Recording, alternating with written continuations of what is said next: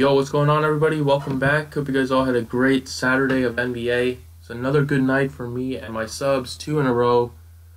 Lineups that I gave out hit a 326 and a 316. Both hit in double ups, also made out in GPPs. Anthony Davis was a bit disappointing. If he went off, that lineup could have been close to 350, which would have been nice. But yeah, just a really high scoring night. But I'm glad we were able to make out in both formats. So let's go for 3 in a row tonight. If you do want lineups for tonight, go to the website, thedfsprocess.com. It's just a 3-game slate. It starts an hour early, so just keep that in mind. But let's get right into the picks for today. So starting off at point guard, let's go with Jeff Teague at 5'9". This price tag on Jeff Teague is very, very cheap, under 6K. Still without Jimmy Butler, this price tag just keeps going down on Teague, and he's been solid pretty much every single game. So I don't know why the price tag keeps dropping on him. 3-game slate, he does have good upside, really solid cash game play.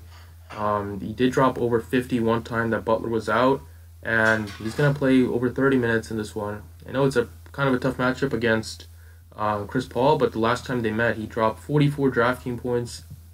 This game should stay pretty close. They're playing in Minnesota. I think there's a lot to like with Jeff Teague. I think he's going to easily hit 6x value in this one, and he does have 7, 8x upside. So Jeff Teague, 5'9", great option at point guard. At shooting guard, let's continue to ride the hot hand in Jrue Holiday at 7'9".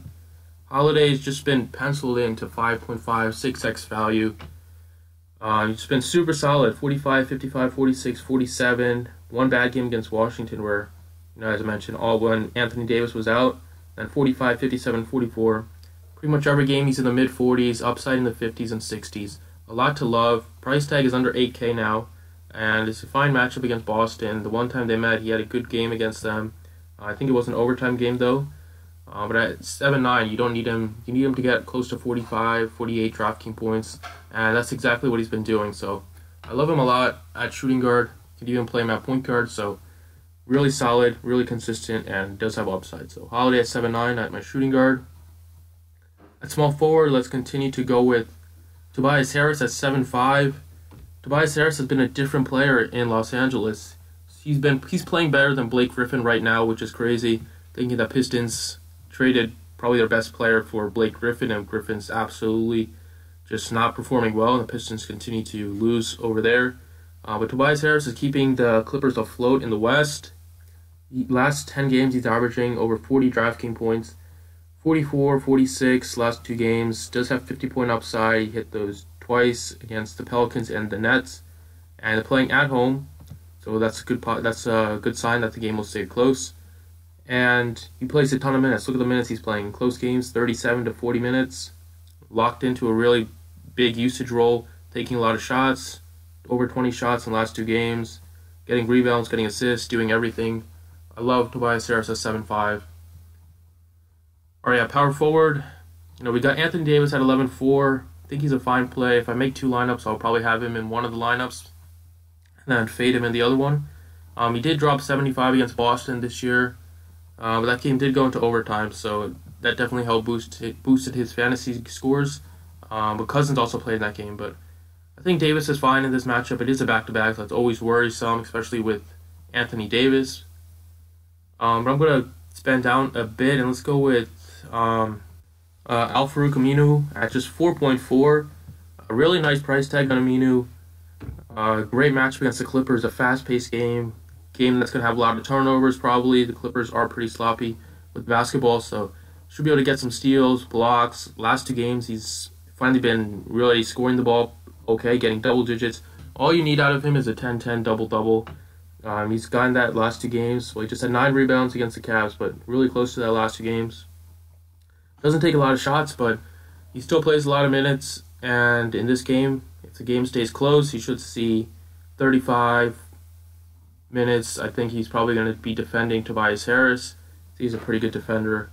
The 2 times they played this year, he's gone well over 30 in both of them. I just like that his price tag is pretty cheap at 4.4, and he's seeing a lot of minutes. So I think there's a lot to like with Al-Farouq Aminu at 4.4. If you want to spend up a bit, I think Belicia at 5.6 is interesting against the Rockets. And then at center, once again, lots of options you can go with that center. Karl Anthony Towns in a back-to-back against Houston. He's absolutely crushed Houston this year. If you want to go with him, I think he's a great play at that price tag. But let's go with DeAndre Jordan at 7-7. DeAndre's just been racking up rebounds at an unbelievable clip. His last 4 games, 21, or his last 6 games, he's gotten 21, 18, 18, 18, 23, 20 rebounds. That's crazy. His scoring numbers go up and down, but he does have the ability to score over 20 points. And if that happens, since he's grabbing a ton of rebounds, you're looking at like 50, 55 to 60 DraftKings points. He went off one time against the Bulls this year for 66. I know it's against the Bulls, a lot tougher matchup against Nurkic here, but he's going to be on the court a long time. They're going to need him to defend Nurkic and some of the other bigs that the Blazers have, and he's just been getting it done lately. At home, I think this game is going to be pretty good for rebounding, and it's going to be pretty fast-paced, so he'll be able to get a lot of rebounds, more possessions.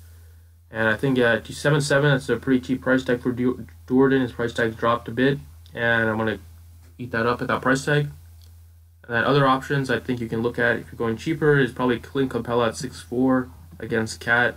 Cat's not a very good defender, and I like the price tag on him. But other than that, that's pretty much it. So thanks for watching, everybody. I appreciate it, and good luck tonight.